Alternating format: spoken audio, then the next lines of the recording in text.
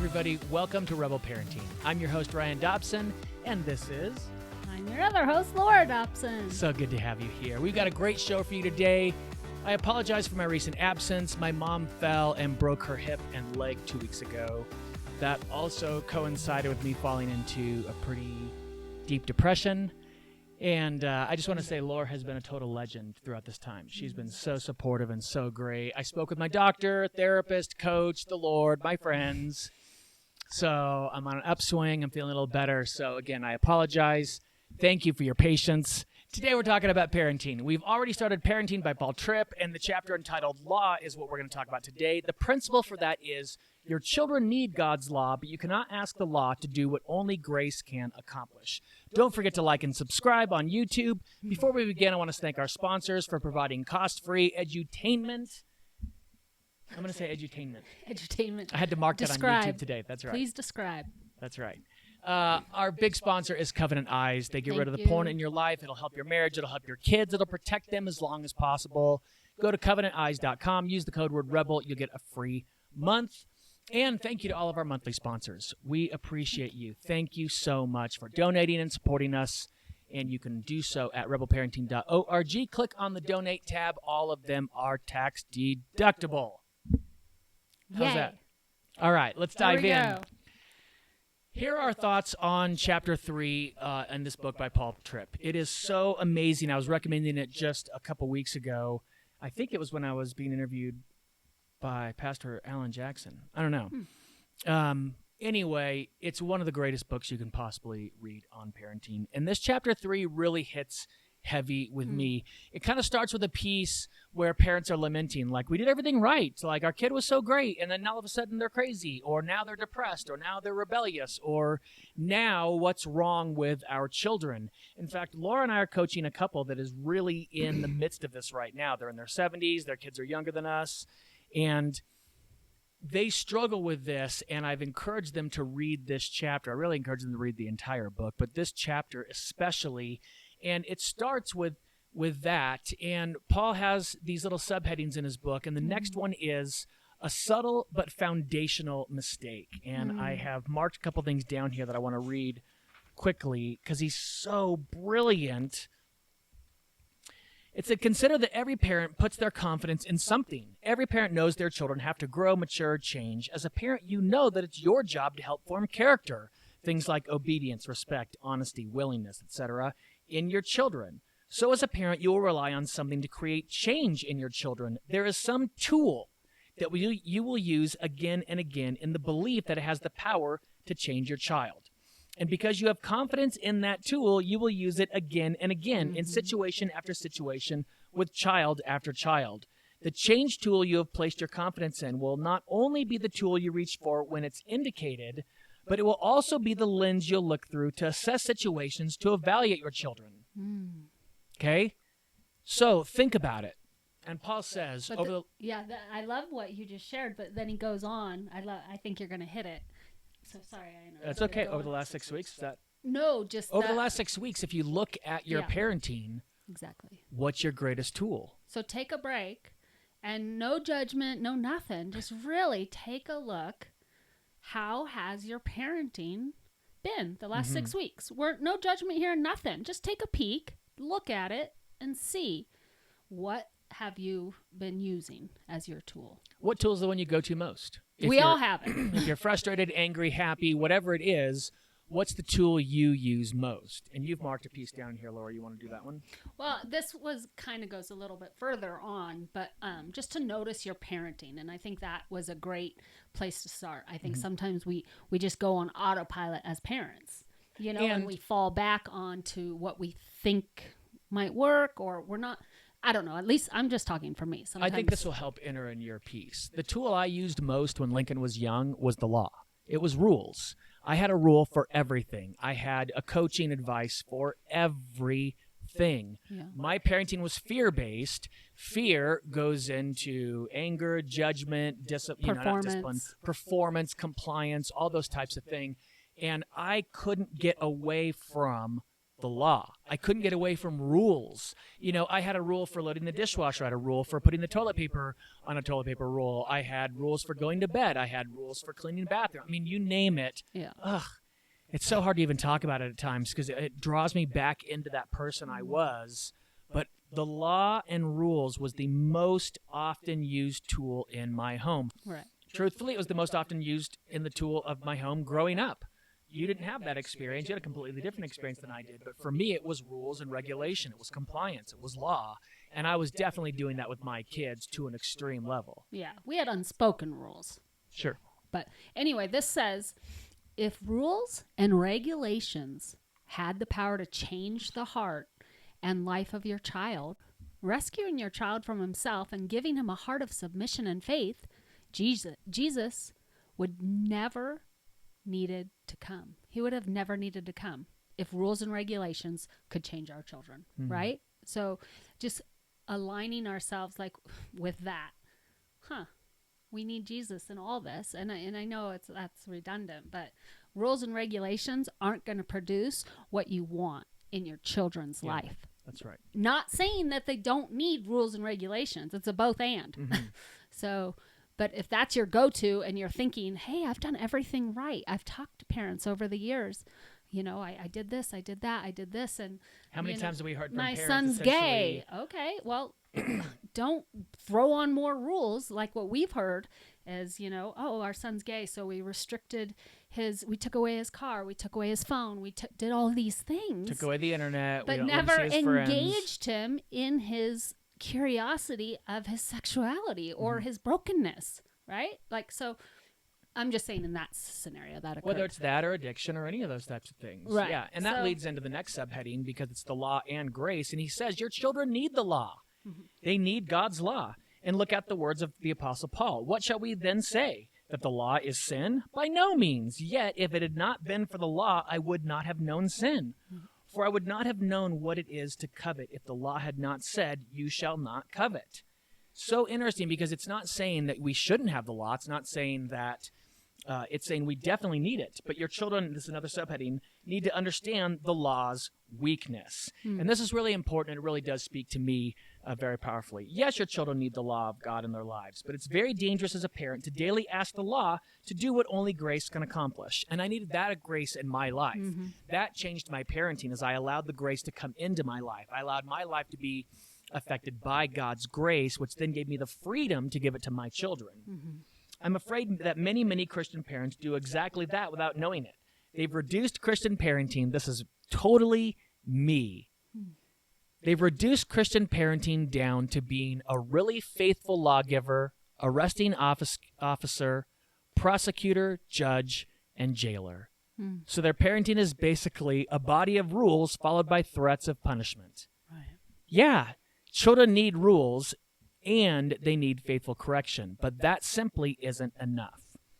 And here I'm going to drop down a little bit. This is what every parent of every child needs to understand. The law does a very good job of exposing your child's sin, but it has no power whatsoever to deliver your child from it. The law has no ability to rescue your child from the power of sin's grip. The law has no ability to give your child a new heart.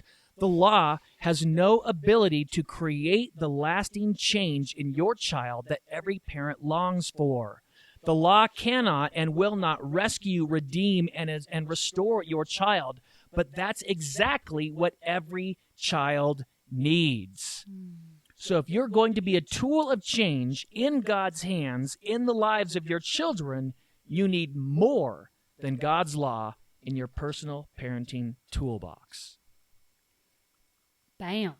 Does that hit as hard as it sounds to you as it does me? I mean, I know because it's such an echo chamber of who I was or a mirror reflection of who I was. I hope that speaks deeply to parents. I mean, it does land pretty hard, and I hope in the delivery that there's grace, that you guys are hearing grace and like, oh, this is an invitation maybe to something that has been stuck in my life. Like I used to be a yeller. Like I didn't even know I was a yeller until I became a parent. And then, about 6 years ago, God freed me of that. And that's not my story anymore. I'm not a yeller, and I have chosen new ways to engage my children. But that was one of the tools I used when Lincoln was little, and when, so this is just an opportunity, I think, for all of us to just take a look at our parenting and maybe see what's more available in our relationship with our children. Yeah, build that toolbox up. That's the other thing, too. You want to be prepared for all situations. Sometimes it might cause for something stern. And I found most of the time it doesn't. My goodness, I'm telling you, yesterday... You got to use the fruit of the Spirit. I know we've been talking about it, but in our parenting. Yesterday, I was at Territory Days with Lucy. Territory Days is a thing in Colorado Springs. They block off Colorado Boulevard for about 12 blocks, and they have a million food trucks. Okay, I will tell you this. Let's see. Lucy and I got gourmet grilled cheese and French fries for lunch and a giant lemonade.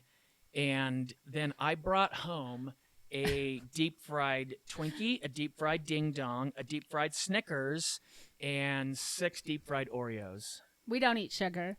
Yeah, oh my gosh. Well, and I'll tell you what's funny. This is what Laura knows too. No. Because there's 2 boxes of candy on my desk right now. It shows I'm trying to come out of depression. I struggle with sugar. I have an addictive personality, and my go-to when I'm sad or depressed is sugar, and I've been coming out of it. But we had so much fun there, and it was really interesting to see parents. And we were walking along, and there was a dad talking to a little girl who had to be, much smaller than Lucy, a head shorter than Lucy. So I'm going to go 7. Around 7, and there was another little girl younger than her walking with a dad. That dad was yelling at his children in public, and by the way, massive crowd. I was most concerned with how Lucy was feeling. I put her on my shoulders for a while, but my goodness, she's big. Yeah. But it got overwhelming. Like, we started moving across the street to, open areas because there were so many people there. There's these 2 tiny children. The dad's yelling at him, and he's going, "Get behind me! Get behind me!" I said, that whole clenched teeth. And we're just thinking, there's literally, you could not describe a situation, barring there's a guy in front of me with a gun that's about to shoot you, and I'm trying to get you behind me, which clearly it wasn't. In context, there was absolutely no call for that behavior on any level. None whatsoever. But here's the thing. This is what we are afraid of, is this causing shame and guilt in parents that have been angry or been judgmental or overbearing or going to blow it tomorrow. Yeah. It's okay. And here's the thing. I was the worst at this. I went to therapy with Lincoln for a long time. It was off and on. Laura went. I went. You can do this. And this is the thing. You're afraid of the pain. You're afraid of the pain that you're going to have to go through to get to the other side, and you're afraid you won't get to the other side. It's too painful to get through. And I have been there, and I have felt that. I'm telling you, on the other side of that pain, the relationship is worth 1,000,000 times more of that pain. It is. There's no price I could name. I was literally laying in bed last night thinking, could someone give me $1,000,000 to not be the parent I am today and go back to the parent I was when Lincoln was little? I mean, you couldn't give me $1 billion. There's no price you could give me to be the old dad. I'm telling you, the pain was extreme. The pain was great. It is long term. It flares up. You want to go back to it. All the things. I know how scary it is to go through that pain, to willingly walk into a situation to say, I am the one that's wrong. I'm the one that did bad things. To not try to keep score and say, yeah, but you did bad things too, whatever that thing is. Or I did this and that was good, so that takes away some of the bad that I did. Just to go in vulnerable saying, how can I change? That pain is extreme to go through. The relationship you will get as a result of it is beyond description. Yeah. Laura gave me this book recently called Bold Love by Dan Allender. Allender and Longman. Who's Longman? He passed away. Okay. He was his partner, I think.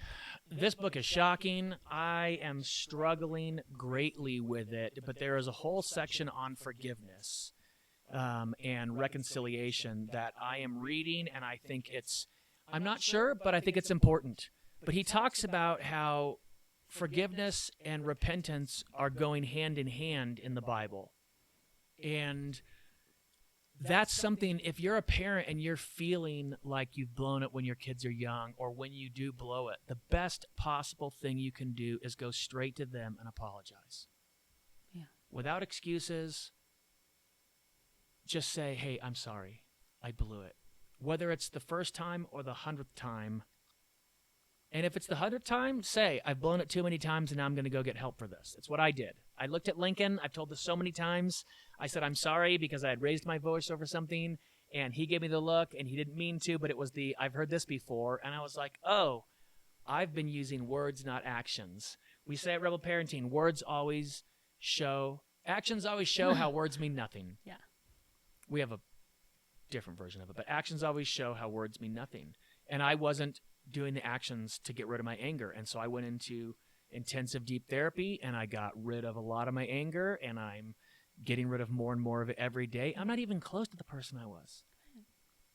And that's the other part too, is you will gain so much. You will feel feelings you've never felt before, and they're amazing and beautiful. It's just a blessing every day if you allow the Lord, the Holy Spirit, and grace to break you. You need the grace to allow yourself to be broken, but you can totally do it. Right. Have you seen a change in our family since we started practicing these principles? Of course. 100%. I think the way we communicate and the way we honor each other has really shifted. And just allowing whatever it is, the love to come, or the anger, or the, whatever it is. I think there's just more space to be wherever we are in the moment, and allowing God to unite us and break us when we need it. And it's like not being, the funny thing with Lincoln is like, usually it's like something will happen, or a door gets slammed or something, whatever, just normal family stuff. And my old way would have been to like run to the slammed door and be like, don't you slam your door, da da da da, or whatever. That would have been my go-to. And today I just wait. I just wait and pause.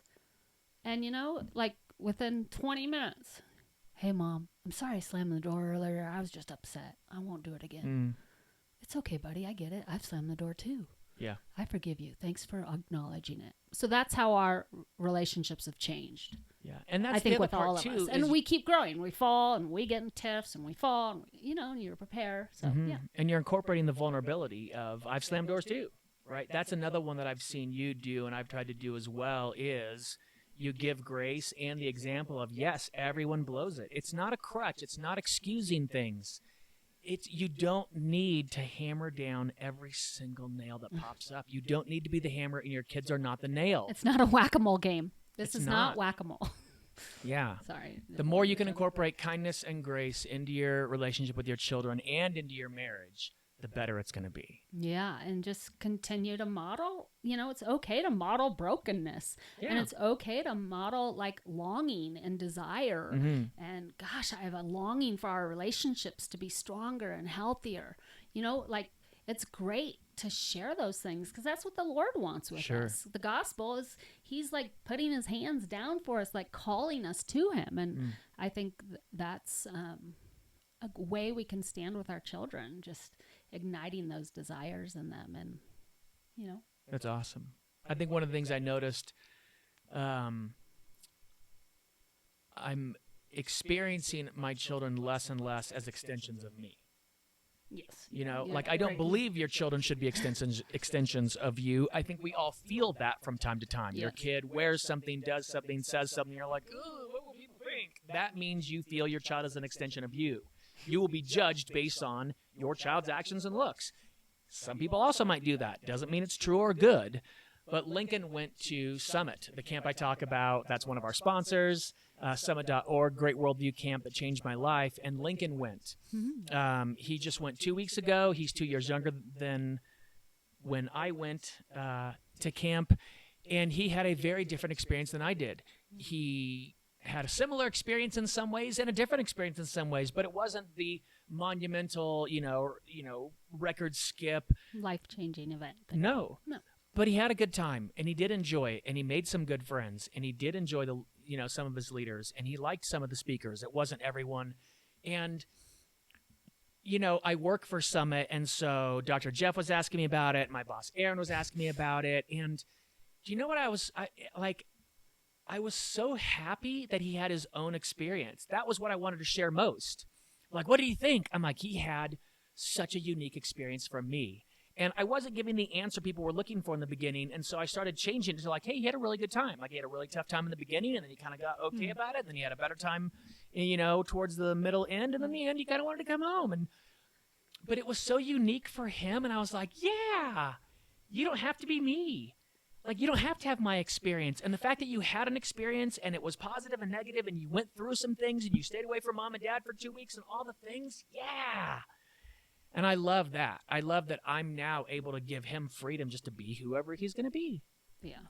Yeah, you've really been good at that. Thanks. Working on that. You know what's so funny is I have like all these funny little stories about his time at camp. I'm not going to tell any one of them. Nope, they're not for you. Yeah, they're for our family. They're so cute. There's so many amazing things that it's just like, I love it so much. He came home. He wants to share it with That's right. If he wants to share it, I just got kneed under the table. Share it. Yeah, totally. We are not, So. I just want you to know how much I love being a parent. I was telling my daughter yesterday, I'm so blessed to be your dad. I love being you and Lincoln's dad.